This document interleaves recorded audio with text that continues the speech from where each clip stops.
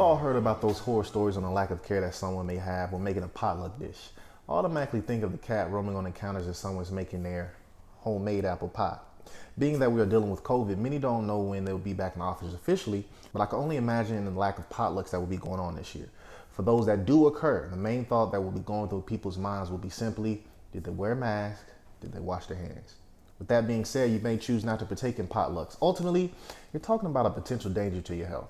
So there'll be some co-workers out there that's uptight because the dish they brought in went untouched. As a speaker, you may not be dealing with food, but your message may not be for everyone.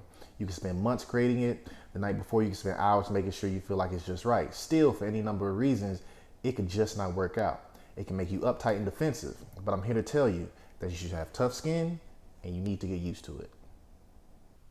Now, I know this can be tough to digest. You put in all this hard work to talk in front of a group of strangers, which is something that so many people are already scared to do. You feel, and rightfully so, that their undivided attention should be on you for the next 15, 30, and if you're lucky to be a keynote speaker, 45 minutes. But it's not that simple. In fact, it should be extremely obvious that your audience doesn't owe you anything. Not their time, not their interest, not their sincerity. In fact, they could literally be people just filling in seats to pass the time. As a speaker, it's up to you to get them interested, keep them interested, and provide value. I'm talking about value that's so undeniable that they have no choice but to pay attention and take notes. That's something you have to earn. So you can't get mad if you feel like your audience isn't giving you the respect or paying the undivided attention. You have to ask yourself, what are you doing to earn it? Are you providing value? Some speakers tend to get full of themselves when they've had some success. Don't be one of those people. Why?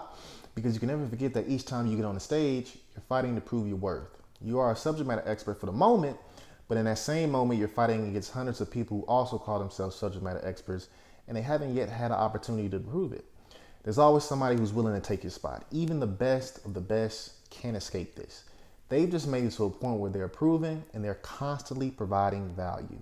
Ultimately, you're trying to either prove yourself as a subject matter expert or maintain that status. At the same time, it may require you to be vulnerable and talk about things that in other circumstances may have felt uncomfortable talking about. To simply put, speaking can take a lot out of you, and you may feel like your audience owes you something, but guess what? They don't. So ultimately, when I say don't catch feelings, all I'm really saying is don't get offended, don't take things personal, don't get discouraged.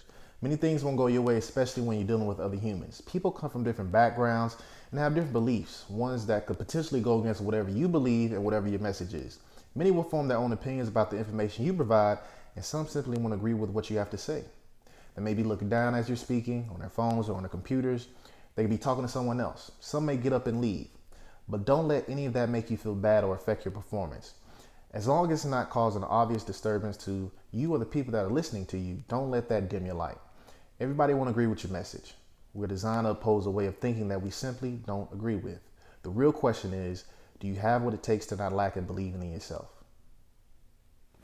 If you found this tip useful, please like it and share it. Comment on it as well and let me know what you think. Until next Monday, my name is Julian Leonard and this tip was brought to you by the J. Leonard Group.